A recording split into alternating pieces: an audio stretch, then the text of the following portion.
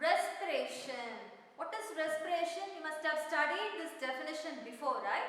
Respiration differs from breathing. I have told you when I was teaching about the lesson called breathing. So, you know the difference between respiration and breathing already. In this class, this topic is going to be about the types of respiration and also the equation of respiration and what are the end products of respiration. About that all you are going to learn in today's class. So let's get started. What is nutrition then? Before learning about respiration, you know, nutrition is a process which provides food for you, right? Through nutrition you take in or intake the necessary nutrients, but what will happen to the food? It has to be consumed by every cell in your body, right? Every cell has to take in the nutrients. How is that possible? It is by the process called as respiration. Though you eat all the nutritious food, every cell in your body has to break down that food and assimilate the food. You must have studied in the lesson called as digestive system about the steps in digestion, no? So you need food to be broken down and assimilated by every cell. Only then your body can use the nutrients exactly. So that is held by the process called as respiration. So actually respiration's definition is, it is the breakdown of food. Breakdown of food in the sense, especially it is only related to glucose, because the food what we eat will have many combinations. No, it is not only the glucose, but it is also the proteins, fats we eat, and many vitamins and minerals also we take in, right? But the breakdown refers, the respiration process will break down only the glucose. Only glucose is broken down. The other materials, that is the proteins or fats what we eat, cannot be broken down by the process of respiration. This you have to keep in mind. So breakdown of glucose, it is especially called as oxidation. The technical term is oxidation, but the general term what we use is breakdown. So oxidation of glucose with the release of three products. Okay, out of the process of respiration you get three products. What are they? Carbon dioxide, water and energy. So the process of respiration is oxidation of food, especially the glucose, with the formation of carbon dioxide, water and energy is called the process of respiration. So this definition you have to memorize. Then where does the process of respiration happens? You know, you eat the food, it will reach into your stomach and it will be assimilated. After the process of digestion, it will be assimilated into the blood. That is, if you eat carbohydrates, say for example if you eat rice, it will be broken down into glucose and it will be released into your bloodstream. So from the bloodstream, exactly where does the process of respiration happen? Respiration only will break down that glucose. Now where all it happens? It happens in two places in your body. The first place is the cytoplasm of the cell. You have studied the detailed structure of plant cell and animal cell, no? Exactly, the cytoplasm of the cell respiration can happen. And the second place where respiration happens is the mitochondria of the cell. So in the cytoplasm and in the mitochondria only, the glucose can be broken down into what all? Into carbon dioxide, water and energy. Okay, what is the purpose of respiration? Why food has to be broken down or why glucose has to be broken down? The ultimate aim is to release the energy. The food will have energy, but it has to be released out. No, only because of respiration it is released out. So what we have seen in this slide, nutrition provides us food, but respiration is the process which will break down or oxidize the food, especially the glucose, into energy. So along with the energy there are two waste products actually. One is carbon dioxide and the next one is water. And where does the process of respiration happen? It happens in the cytoplasm and in the mitochondria. So this we have seen in this slide. Then, okay, is respiration a single step process? No, it is a multi-step process. Though we write one single equation for the process of respiration, it is not a single step process. It has many steps. What are they? We learn one by one. The first step is oxygen intake by the plants or the animals. Here specifically we are going to talk only about the plant respiration because it is a botany class, right? So only about plant respiration I will be talking about. So how does the first step is oxygen intake by the plants. How does oxygen enter into a plant? We have already studied, right? In the leaves you have opening called as stomata. Openings you have, no, you have two guard cells, and in between the guard cells you have a empty space, that is the stomata. So in a leaf, through the stomata only the oxygen will enter into a plant. Okay, now the plant has got oxygen. What is the second step? With the help of this oxygen, because I told you the technical term for breakdown of glucose is oxidation. So this word itself suggests you that oxidation will involve oxygen. No, it is oxidized. Glucose is broken down with the help of oxygen and it will give energy and two waste products called carbon dioxide and water. So second step is the chemical reaction, that is oxidation of glucose with the formation of three products, that is energy, carbon dioxide and water. What is the first step? The plant receives oxygen through the stomata. The second step is exactly the chemical reaction happens where glucose is broken down with the formation of products. The third step is about the energy. See, actually we just mentioned as the energy, no? What is that energy actually? Energy, can you see energy? Is there some force coming out through the plant or through your body after you eat? No, right? Then how you don't feel the force also. So exactly in what form does that energy occur? It is actually a chemical. That energy exists in the form of chemical either in the plants or the animals.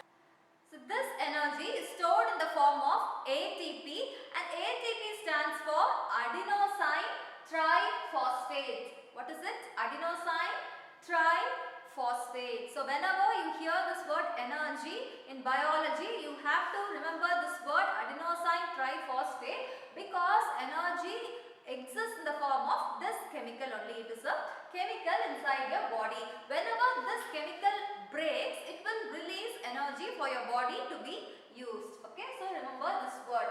So this ATP is called as energy currency of the cell. The nickname for this ATP is energy currency of the cell.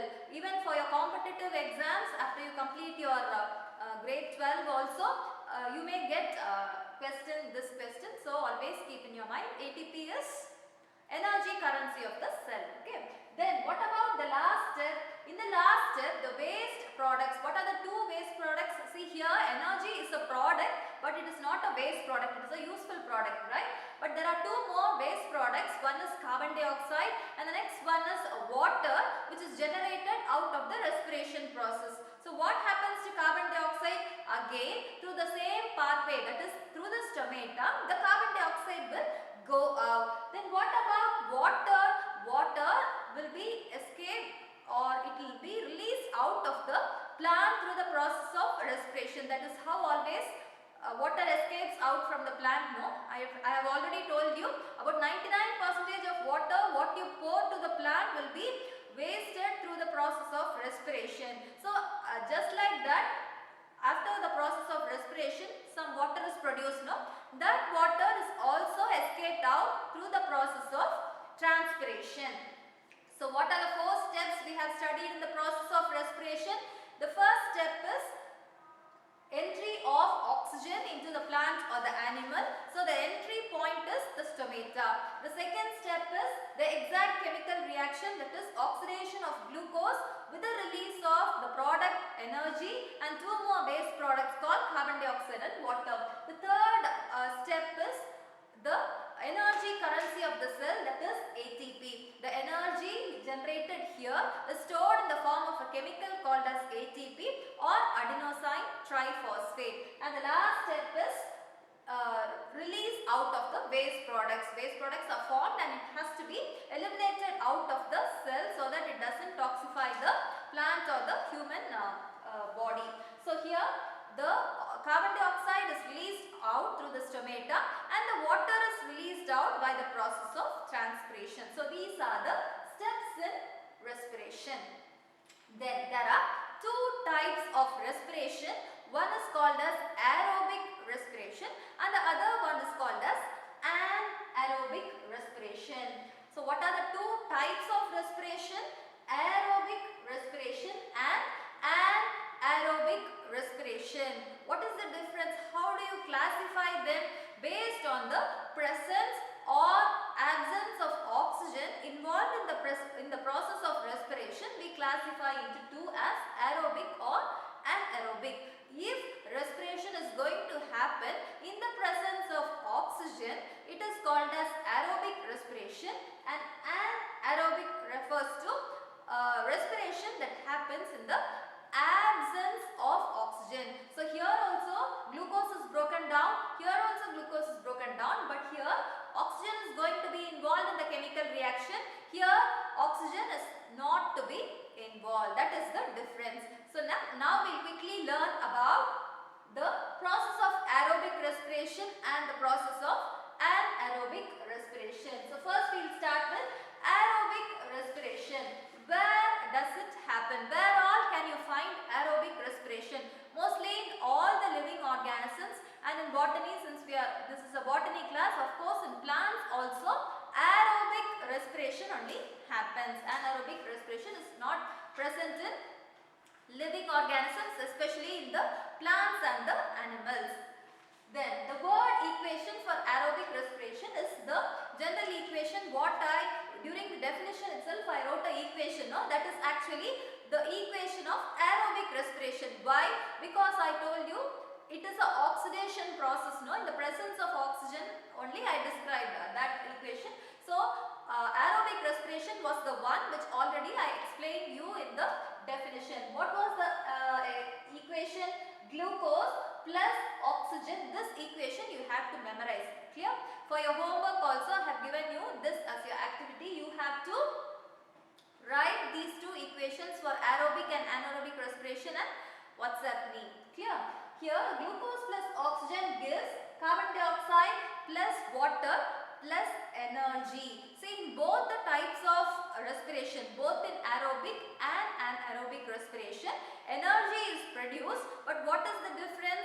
The amount of energy produced is very high in aerobic respiration. That is, the presence of oxygen has the ability to break more glucose with the release of more energy. Here, that's why 38 molecules of ATP are produced. You have to, it doesn't have any unit, but like because it is energy, don't call as joules or something. It should be represented as molecules. Okay, 38 molecules of ATP out of 1 molecule of glucose. If you provide 1 molecule of glucose to a plant, it can break down and give 38 molecules of ATP. These values you have to remember. So this equation also you are expected to memorize. Clear? This is about aerobic respiration. Then what about anaerobic respiration? Next we learn about anaerobic respiration. I told you already, in anaerobic respiration there is no oxygen at all. But here also glucose is broken down. Okay, where all can you see anaerobic respiration? About aerobic respiration I told usually all the living organisms will be carrying out the process of aerobic respiration only, because all living organisms will be having oxygen mainly in their body. Now, even if it is a plant, it will enter through the stomata, and even if it is a human being, we also breathe and always our body will be having oxygen. If anaerobic respiration has to happen, that environment should be oxygen free. There should be no oxygen at all. So where do you think that anaerobic respiration can happen? Even if one organism has the ability to live in a place where there is no oxygen, then that organism can carry out this type of respiration, right? What are those organisms? Certain type of yeast. What is yeast? Yeast is a fungi, right? Yeast is a unicellular fungi. What is mold then? Mold is a multicellular fungi. So this yeast, which is a unicellular fungi, and certain types of bacteria which are anaerobic, which means these two can live in places where there is no oxygen at all. Even when there is no oxygen, these two organisms can survive. So bacteria and yeast are the ones which can undergo anaerobic respiration. Okay, then what are the end products of anaerobic respiration? There are end products like ethanol and carbon dioxide. In aerobic respiration also carbon dioxide was produced, but ethanol is produced as an end product in the case of anaerobic respiration. What is ethanol? Whenever you see this word OL, no, it means it has alcohol content. In chemistry you will be learning more. So ethanol is a type of alcohol. So anaerobic respiration will lead to the formation of alcohol as one of the product. Here in this case yeast will produce ethanol. Clear? This is about anaerobic respiration. What have you studied in anaerobic respiration? Anaerobic respiration can be seen in yeast and bacteria, and it will happen in the absence of oxygen. There is no oxygen in that particular environment, but again glucose is broken down. What are the two end products formed? I told you in anaerobic respiration also energy is produced, but only very little amount of energy. Almost only 2 molecules of ATP is produced in anaerobic respiration. And the two end products formed in anaerobic respiration are ethanol and carbon dioxide. Clear? So this is about anaerobic respiration. Okay, how can you prove that anaerobic respiration will lead to the formation of carbon dioxide and alcohol? You have a simple experiment what you can do at your home. Generally we have yeast at home, no? Baker's yeast. Have you seen your mom during baking bread, or even for appam also sometimes this yeast is used. So you can ask your parents to get some yeast. Okay, it is not expensive. You can buy yeast from shops also. So take some yeast and put it into a small cup. These are all glass beakers and conical flask all we have used. You can take in your in a steel tumbler or in a plastic tumbler also, and you can do this experiment. So what you do, you take some warm water, okay, like not too hot water because the yeast will die otherwise. So it should be hot, like lukewarm water you can take, and put some yeast into that, and also add some sugar into that. Okay, so in a big container which has a narrow opening like this, don't take a big vessel, all take some container which has a narrow opening, and you can take some sugar water in that. Here what did I tell you? Lukewarm water with yeast, right? In a small beaker take, or in a small tumbler take lukewarm water and add yeast into that. And in this big container what you are going to do, take some water, along with that add some sugar. Okay, add more sugar and mix it well until it dissolves. Then what you do, add this yeast plus water into this sugar solution. Here you will have sugar solution, here you will have yeast solution. So pour the yeast solution into the sugar solution, then take a balloon and close the opening of that narrow container, okay, and let it for some time. After some time you can see the balloon being blown up. Why? Because carbon dioxide here actually anaerobic respiration happens, and what we have provided sugar, which is a glucose here. Okay, so anaerobic means absence of oxygen, no? Why you are closing this place with the balloon? Because we are trying to create the anaerobic environment, which is we are cutting off the oxygen source from the environment. That's why we have closed it. Okay, so here in the presence of anaerobic condition, carbon dioxide will be released out. That's why the balloon gets blown up. So this will be your activity for today's class, okay? And also write the bird equation and also do this experiment and send the picture to me. I will display the best ones in the next class in my PPT presentation, okay?